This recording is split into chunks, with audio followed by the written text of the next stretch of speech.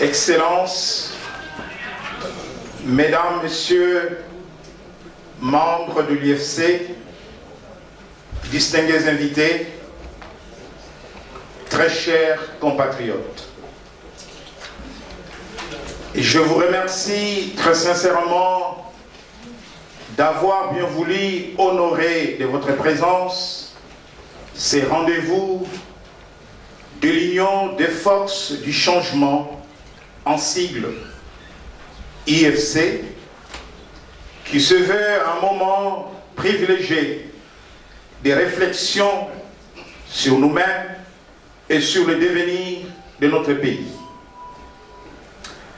Votre présence généreuse, ainsi que celle des médias du pays et de l'étranger, sont plus que réconfortantes. Elles mesurent la force de l'espérance qui habite chacun de nous. Elles refusent que puisse être abolie l'idée d'une existence citoyenne épanouie en pleine liberté. Elles nous confortent et dans cette conviction que, par-delà leur diversité, qu'aujourd'hui, notre peuple a pris conscience autour de l'union des forces du changement pour sauver notre nation du naufrage.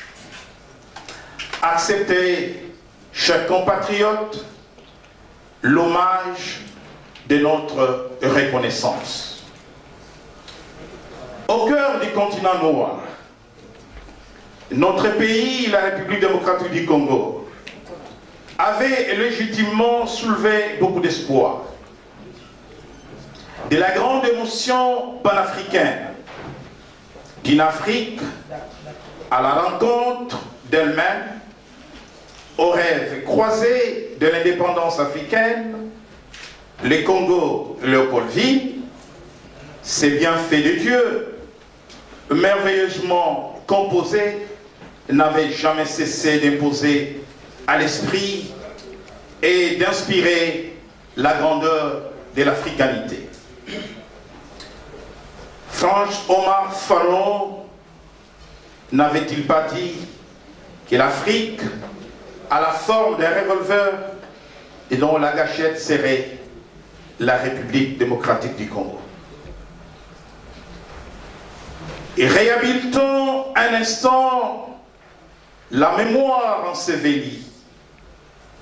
Écoutons ces retentissements simultanés de voix de tant de peuples longtemps brisés, mais libérés, bousculant, imbralant les derniers réduits de l'oppression, les derniers carrés des grandes humiliations de notre peuple. Qu'avons-nous fait de notre liberté? Qu'avons-nous fait de la mémoire de nos martyrs?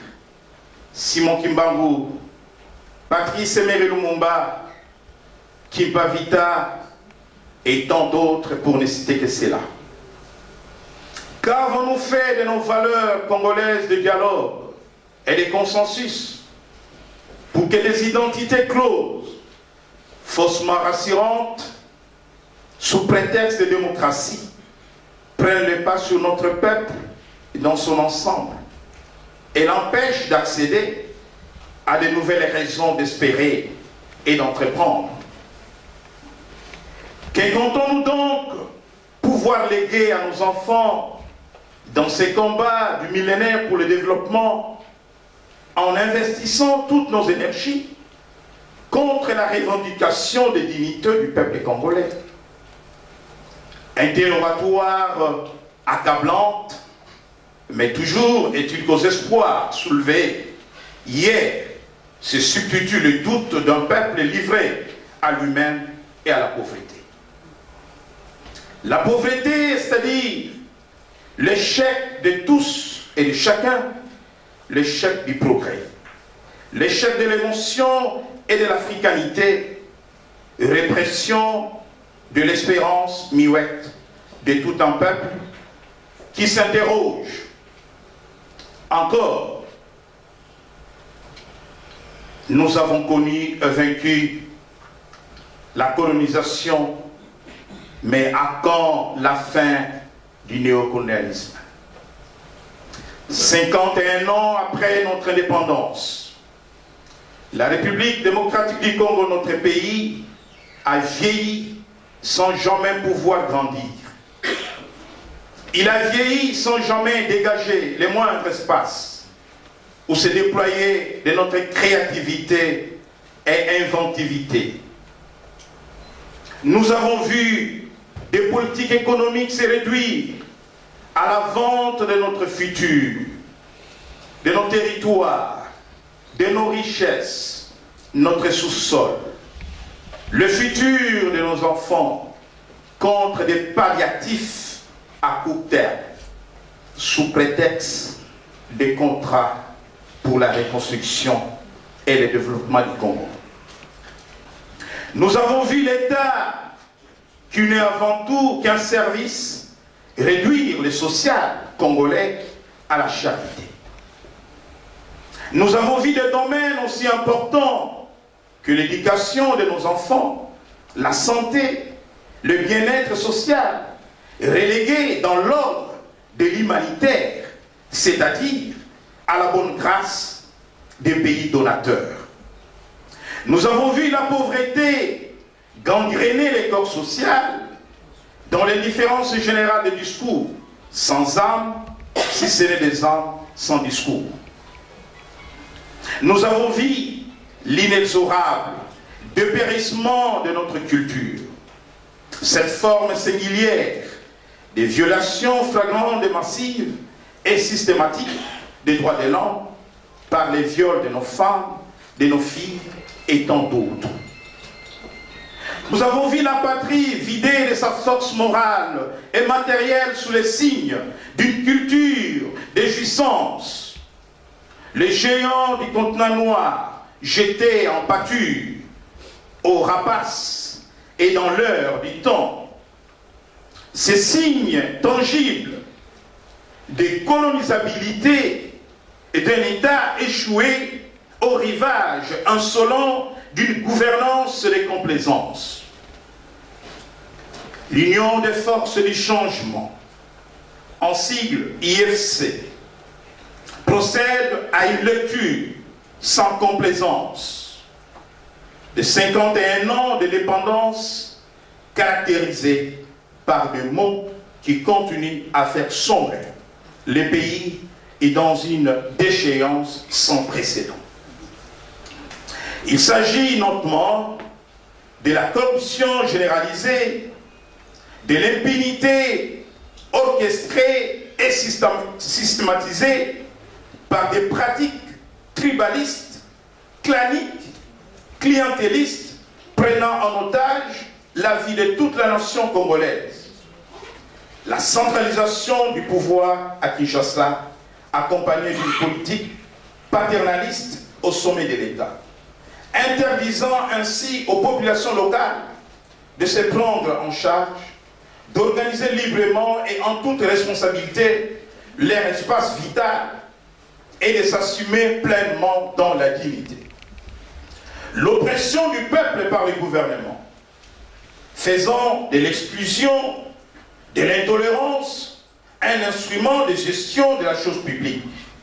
Le chômage endémique de jeunes et de femmes, la dépendance et la soumission du pouvoir judiciaire aux ambitions et aux intérêts du tenant du pouvoir exécutif, rendant inopérante la justice dans notre pays, le culte des personnalités, le pillage de ressources et de biens publics et l'enrichissement sans cause, sans oublier la destruction de notre environnement. Ces mots, à l'origine des antivaleurs, rongent la société congolaise actuelle et se cristallisent dans les problèmes spécifiques d'ordre politique, économique, social et éthique.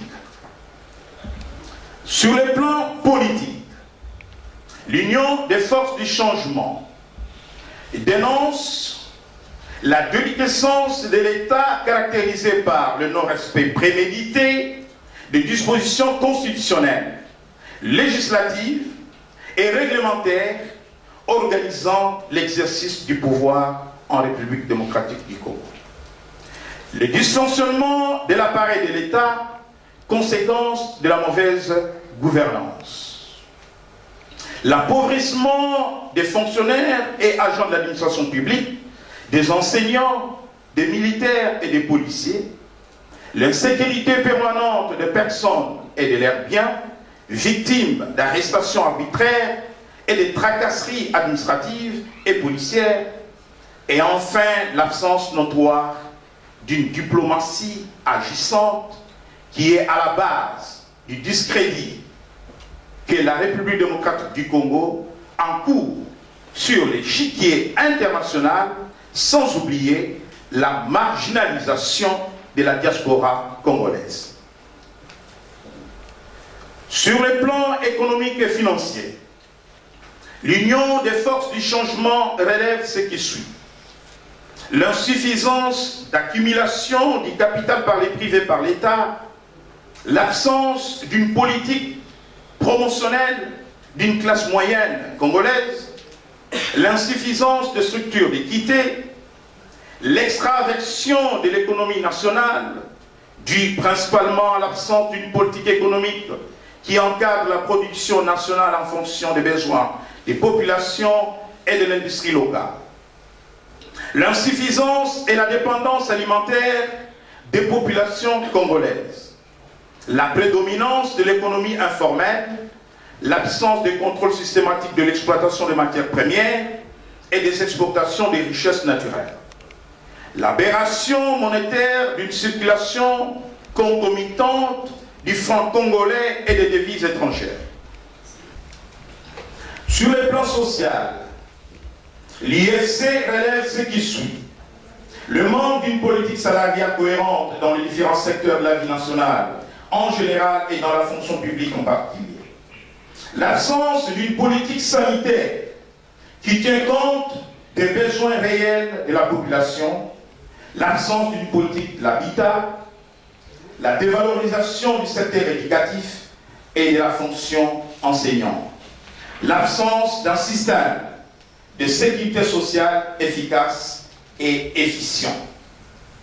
Sur le plan éthique, l'Union des forces du changement relève ce qui suit. Les laisser aller et les laisser faire, voire l'exaltation des antivaleurs suite à l'absence des repères moraux dans la vie publique. La destruction de la culture de la pudeur et de la honte, la tolérance des pratiques obscènes et dégradantes et la perte de l'identité morale congolaise.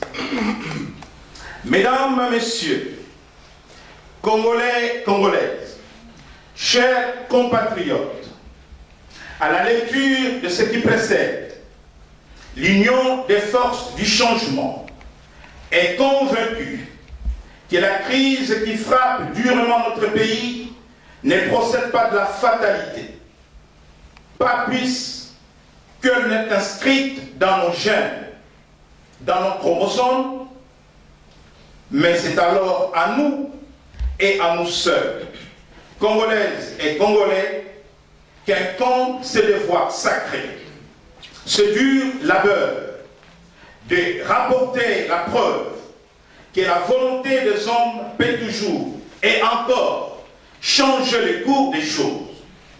Oui, nous y croyons que notre avenir est possible pour les Congos avec l'IFC.